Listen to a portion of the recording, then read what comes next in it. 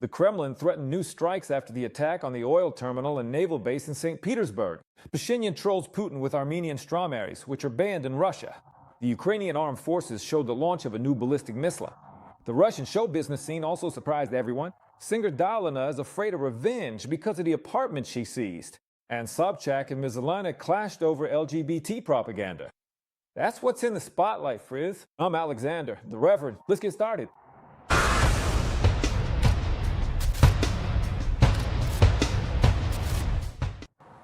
The Kremlin commented on how they will respond to the strike on St. Petersburg. Journalists asked Peskov what Russia's response would be to Ukraine's defensive actions. So what did the Kremlin's toilet brush say in response? Let's take a look at the story. The Kremlin commented on how they will respond to the strike on St. Petersburg. The smoke plume from the fire at the oil terminal stretched for 15 kilometers. We'll share the details next. Russia will continue its aggression against Ukraine, supposedly to prevent drone strikes on St. Petersburg. This was stated by Kremlin spokesperson Dmitry Peskov during a briefing. So, journalists asked Peskov what Russia's response would be to Ukraine's defensive actions. I want to remind you of the statement from the Ministry of Foreign Affairs, which says that our responses will be systematic in nature. In fact, they already are systematic. At the same time, Peskov refused to specifically comment on the strike on St. Petersburg, stating that this is entirely and exclusively the prerogative of the regional authorities and the Ministry of Defense of the aggressor country. But overall, I can say that in order to prevent such strikes, the special military operation continues. It's important to emphasize here that before the start of Russian aggression against Ukraine, there were no attacks on St. Petersburg or other Russian cities. It's also obvious that the attacks will stop immediately as soon as Russia ends the war against Ukraine. Meanwhile, the smoke plume from the fire in the St. Petersburg port stretched for 15 kilometers, bypassing the forum from the north, according to NASA images. At the same time, the image shows that so far, the trail from the fire is skirting the main Expo Forum site to the north. It was clearly visible. This is confirmed by a video published by Ksenia Sobchak, showing foreign participants. Commenting on the weather in the forum area, Channel 78 meteorologist Yuri Dormidantov said that it's warmer here at the forum anyway, because the investment fund is in perfect shape, and that's why it's warm. Absolutely charming, and truly charming St. Petersburg weather today, right here in the city of St. Petersburg. Really, we did our best, and we pulled it off. St. Petersburg residents complained about an unpleasant smell on the street this morning, Fontanka reported. Local residents also shared footage of the much-praised Russian air defense at work.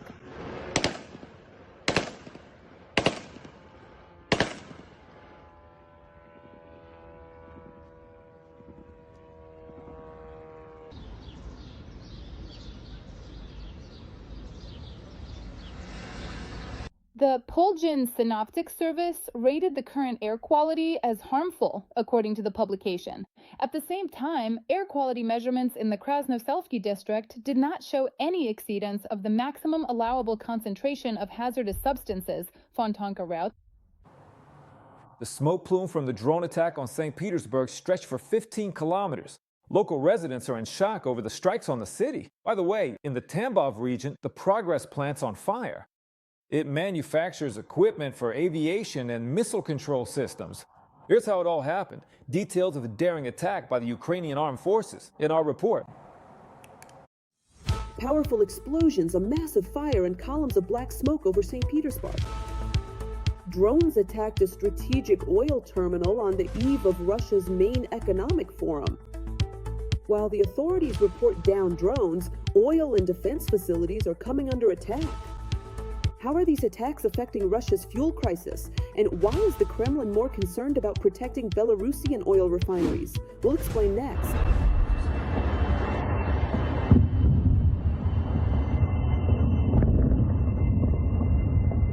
Brutal. That's how the morning of June 3rd turned out in St. Petersburg. Drones attacked the oil terminal at the port. See, look, those are the houses right across from us. Honestly, it's scary. It's awful. Basically, everything that's happening is really happening, and it's happening right next to us. And the attack is still going on. According to forecasts, more are headed toward the Krasnoselsky district, toward us. It fell. Eyewitnesses are posting footage of intense fires at the oil storage tanks. Huge columns of smoke rose above the impact site. The mushroom just exploded there. Fiery. Oh, really? It is noteworthy that the attack occurred on the eve of the start of the St. Petersburg International Economic Forum, which will be held in the city from June 3rd to 6th. The governor of the Leningrad region, Alexander Drozdenko, reported that about 50 drones were shot down over the region. However, the official did not comment on the fire at the port. It's flying again. It made it. And it's falling. Good.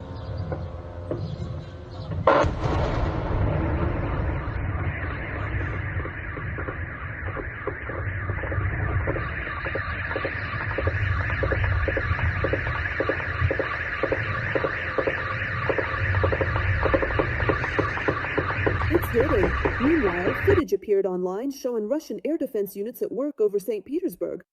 Got it on camera. Yeah. Oh yeah, it's still burned. Got it. Hey, film me and then... While you are carefully watching the video... Well, I've got a circle. The St. Petersburg oil terminal is the largest oil refining complex in northwest Russia. There are 21 tanks on its grounds for storing both light and dark oil products. It has a throughput capacity of 12.5 million tons of oil per year. The terminal is recognized as an enterprise of strategic importance for ensuring the security of the Russian Federation. Since 2000, it has been included in the register of entities with exclusive monopolies. The oil terminal in St. Petersburg reported revenue of 8,006 million rubles for 2024. Profit was around 6 billion rubles. The day before, the St. Petersburg authorities supposedly acted preemptively and on June 2nd imposed restrictions on gasoline sales. This comes amid a fuel crisis that is rapidly spreading across the Russian Federation. Now there's a limit of no more than 50 liters. All in the same hands. The night of June 3rd was restless for Moscow residents. Drones attacked the capital of the Russian Federation. The mayor reported several times about supposedly downed drones and about emergency services working at the sites where debris fell. At the same time, during the night of June 3rd, drones struck the Russian Federation's defense industry plant Progress, which is located in the Tambov region. The plant manufactures high-tech equipment for aviation and missile control systems. Meanwhile, the Telegram channel Kremlin Snuffbox reports that while Russian oil is under attack, the fuel crisis is intensifying. Dictator Vladimir Putin and the self-proclaimed president of Belarus, Alexander Lukashenko, discussed during one of their recent conversations how to protect Belarusian oil refineries from possible ad attacks. According to the channel's sources, Lukashenko insisted on strengthening the security of the Moser and Novopolotsk refineries, and Putin allegedly promised to provide them with additional protection. The goal of Ukrainian drone attacks on Russian oil refineries and export terminals, particularly in St. Petersburg, is to cut off Russian oil revenues. Moreover, carrying out these operations on the eve of the International Economic Forum puts pressure on the local population. A plume of smoke from the fires in the port stretched for 15 kilometers, and the St. Petersburg Economic Forum kicked off with a demonstration of the main achievement of the so-called special military operation. No presentations, brochures, or speeches. Everything was just laid out for everyone to see. The situation and fiery footage are featured in our exclusive report. Ukrainian drones are boldly attacking Petersburg. Black smoke over Putin's hometown and a fire at the oil terminal. That's how the opening day of the Economic Forum in St. Petersburg began, symbolically. Drones started a fire just 3 kilometers from one of the event's venues. Guys, look at what's happening here. Kalininsky district, 6 a.m. I'm watching this from the balcony of my apartment. This is what's going on here. Defense forces struck the St. Petersburg oil terminal and a facility in the Tambov region. The governor stated that 50 UAVs have already been shot down over the region. All right, so I've made it here. It's really blazing over there, seriously burning. The strike was confirmed by Ukrainian President Volodymyr Zelensky. We have good results from our long-range sanctions carried out by the warriors of the SBU, SBS, SSO, GER, and Gensu. Last night, important targets on Russian territory were hit. Grab some buckets and put out the fire in Petersburg. Robert Brody, the founder of the Magyar's Birds unit, is patrolling the Russians. He wrote the following on his social media. We slipped in without knocking, under the cover of the White Knights. Close the window, there's a draft blown into Europe. These are the sacred roots of the dictator, where Leningrad Street taught Vova to strike first 60 years ago. They tried to shoot down the drones with automatic rifles.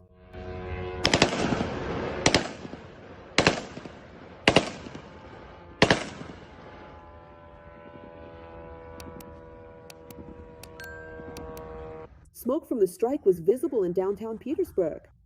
How did that even happen? Did you see how it all started? Just the beginning.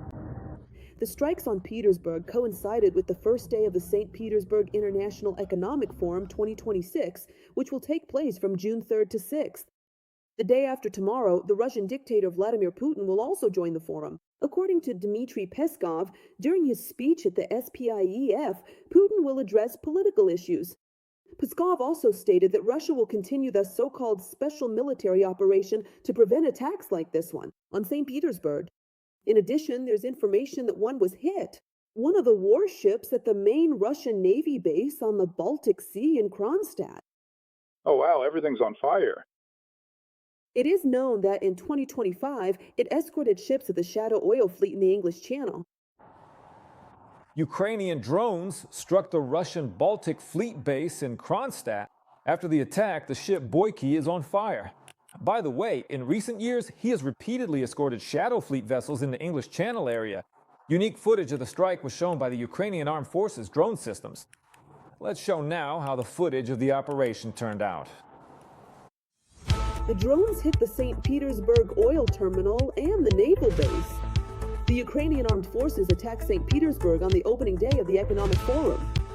The situation in occupied Crimea is different. Explosions on the beaches and tourist guides with special tips and bomb shelter maps. We're going to tell you all about this right now. Drones attacked the Kronstadt naval base. There it is, flying right over the bay. Did you see it or not? Right over the bay. Two ships belonging to the aggressor country were hit there at once. This was reported by Dennis Stillerman, co-owner of Firepoint. The expert did not disclose the specific names of the attacked vessels, but he did note that they had to take out two ships. Online sources suggest that one of the ships hit could have been the corvette Boyki, which is involved with Russia's Shadow Fleet.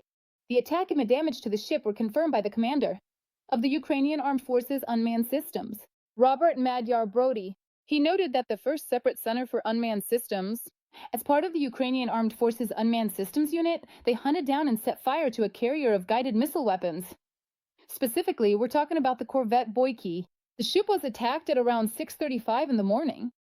The commander of the Unmanned Systems Center also spoke about the main characteristics of the disabled vessel.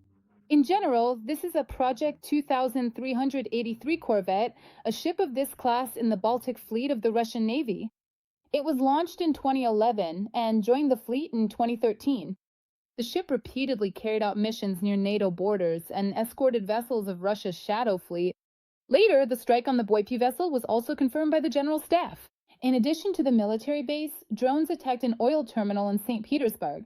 According to Volodymyr Zelensky, this facility supplies the needs of the Russian war machine and is located about 1,100 kilometers from Ukraine's border. A radio navigation system at the Saki airfield in occupied Crimea and the Michurinsk Progress plant, which produces components for precision weapons, were also hit.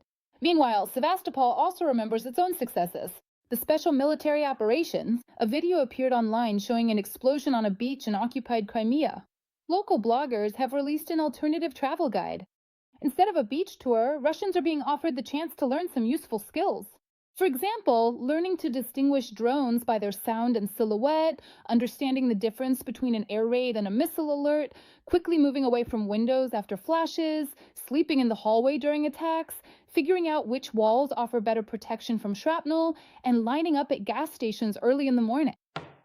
And as for Pashinyan, he's just shamelessly trolling Putin. After Russia restricted the import of Armenian fruits and vegetables, an interesting video featuring strawberries and carrots appeared on the Armenian Prime Minister's social media. In the footage, Pashinyan is offered berries, and he happily tastes fresh strawberries from a radishin. Pashinyan's real and genuine. You know, they go viral online almost every time because users have even started calling them subtle political trolling. Honestly, you have to see it for yourself.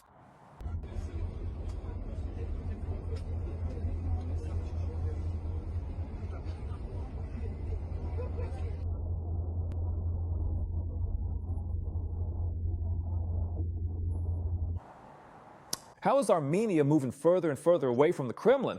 New details in our report. Tensions are rising between Moscow and Yerevan. Pashinyan criticized the ban on importing Armenian products into Russia, calling it politicized. Amid disputes over the Eurasian Economic Union and talk of a referendum, there are mutual accusations, as well as reports of inspections and military call-ups for those arriving from Russia. Details in our report. Armenian Prime Minister Nikol Pashinyan criticized the ban on importing Armenian products into Russia, calling Moscow's decision wrong and politicized. These are the wrong steps because they turn people against the Eurasian Economic Union. For me, as a high-ranking representative of the Union, this is a problem, but all issues will be resolved. The Prime Minister of Armenia stated that farmers who, because of these restrictions, are unable to sell their products on the Russian market will receive compensation from the government. Nikol Pashinyan also responded to dictator Vladimir Putin's demand to immediately hold a referendum on EU membership, saying that right now there are neither grounds nor foundations to offer the people such a choice. This statement came after Pashinyan and Putin had a phone conversation. Right now, essentially, there are no grounds, no balance has been established for us to offer the people a choice of which path to take. Today, that choice is purely theoretical, and putting a theoretical choice to a referendum is foolish, wrong, and unjustified. According to him, Yerevan will continue to work calmly and cool-headedly within the Eurasian Economic Union, where there is still untapped potential. Meanwhile, in Armenia, it was announced that citizens who come from Russia to participate in the parliamentary elections could be sent to military training camps. Thus, Minister of Economy Gevorg Papayan commented on rumors about the possible arrival of up to 100,000 people from the Russian Federation to participate in the elections. June 7th. I'm very glad because, first of all, our polls show that most of these people will vote for us. And secondly, we need these people because right now military training camps are underway. And that would be very good. Between 30 and 40,000. Out of these 100,000, we'll send 30 to 40,000 to the training camps, and then they'll return to Kaluga. Meanwhile, pro-government Telegram channels have reported that, starting June 1st, Armenia is checking citizens arriving from Russia. According to sources, a number of people have already been served notices requiring them to report to the military enlistment office to participate in training camps. Ukraine has come up with its own ATACMS. At least, that's what the new Ukrainian-made missiles have been dubbed online. Take a look. This new fluorine monophosphide 7 ballistic missile can hit targets up to 200 kilometers away and carry a warhead weighing 150 kilograms. Firepoint has shown the first footage of the launch of Ukrainian ballistic missiles. We've also put together a roundup of the latest news from the front lines. Here's how the defense forces are currently repelling enemy attacks. Watch right now. The Kremlin isn't giving up on trying to seize the Donetsk region and is considering new directions for attacks through Belarus and the Luhansk region. Fighting is taking place on several fronts, and Ukraine is striking Russian logistics as deep as 200 kilometers. More on this in the report. The Kremlin continues its assault on the Donetsk region while also considering the possibility of opening a new offensive direction in northern Ukraine, from the territory of Belarus or the Bryansk region of the Russian Federation. The main target remains the Kramatorsk-Kostiantynivka agglomeration, the capture of which would allow Moscow to claim full control over the region. At the same time, the timeline for the operation has been repeatedly postponed by the Russian command. According to sources, At first, Putin was promised this would happen by the end of the summer, but now their latest promises seem to be postponed again, this time until the end of the year. the Institute for the Study of War confirms that the Russians continue offensive operations in several directions. The enemy is using their now familiar infiltration tactics. One of the key areas for the enemy remains the Zaporizhia front, where the Russian Federation is building up assault units but has not achieved any success. Ukrainian forces have managed to stop the enemy's advance and inflict significant losses, which now exceed last year's figures. According to the Institute for the Study of War, despite the concentration of Russian Federation forces in the Donetsk direction, the overall situation is gradually improving. Former 8R Battalion Company Commander Yevhen Dickey stated that the defense forces have started targeting Russian logistics up to 200 kilometers away to impact the front. However, in southern Ukraine, this has affected the Russians even at a strategic level. It turned out that by blocking off this mid-strike zone, this 200-kilometer strike zone, in this way we're cutting Crimea off from the mainland. That's something we couldn't achieve in the previous stage of the war, because back then we didn't have these drones, and artillery doesn't work beyond 40 kilometers. And the Russians took advantage of that. Later, in 2024, they calmly built an entire railroad along the Sea of Azov. There's also a highway running through there. He added that for the Crimean Peninsula, having a connection through the mainland is extremely important. The Crimean Bridge is not only vulnerable to Ukrainian attacks, but it's also too narrow for large-scale transportation. Because of frequent strikes on Russia, people in the swamps have started to panic, and the Z-bloggers' brains are melting. War correspondents are predicting a hot summer with long-range strikes on Russia and are suggesting that Putin return the captured lands to Ukraine. Gherkin is predicting a Ukrainian offensive on the temporarily occupied Crimea. The occupiers are panicking because of increasingly frequent strikes on logistics. Russian war correspondents are proposing to agree to return all occupied territories to Ukraine. Watch more about this in the following report. The armed forces of Ukraine may launch an offensive on the southern section of the front. This statement was made by former defense minister of the self-proclaimed DPR and terrorist Igor Gherkin. On his Telegram channel, he complains about Ukrainian drone attacks on Russian logistics. Gherkin wrote in the lie, "In recent weeks, a land corridor to Crimea and transport links have been established. Through it, including the Novorossiya highways, the Ukrainian armed forces are subjected to regular attacks. Due to logistical disruptions, the peninsula is experiencing supply disruptions and temporary restrictions on the sale of fuel, gasoline, and diesel." According to him, the Ukrainian armed forces are acting in full accordance with classic military strategy, isolating the battlefield by cutting off the enemy's communications deep behind the lines. Gherkin notes that in this way, Russian occupation forces are left without supplies. In his opinion, this points to a possible preparation for an offensive in the southern direction. So we should expect in the near future, in June, a possible, let me stress, possible event. Attempts by the enemy to attack Crimea, land troops, or make a push across the Dnipro in this now relatively poorly supplied direction. At the Same time, Russian V-blogger Danil Tulenkov suggests considering the return of Ukraine's 1991 borders. According to him, Russian society, supposedly, is not psychologically ready for such an option today. That's why the Z-War correspondent writes that Russia is in for a rather heated summer and fall, during which, due to long-range strikes, public opinion in Russia may shift toward ending the war at any cost. In particular, he complains that the option allowing Russia to save face has been irretrievably lost. This is all very, very bad. The risk of escalation increases many times over. The chances for a relatively reasonable end to this unnecessary and senseless war are catastrophically dwindling. Because of the strikes on Russian logistics, the two main Z channels, Rybar and 2 Major, are also panicking. Specifically, they report that some gas stations in occupied Crimea have run dry, and at the remaining ones, lines have been forming since the night. According to Russian war correspondents, the constant attacks are also affecting the combat capabilities of the occupying forces.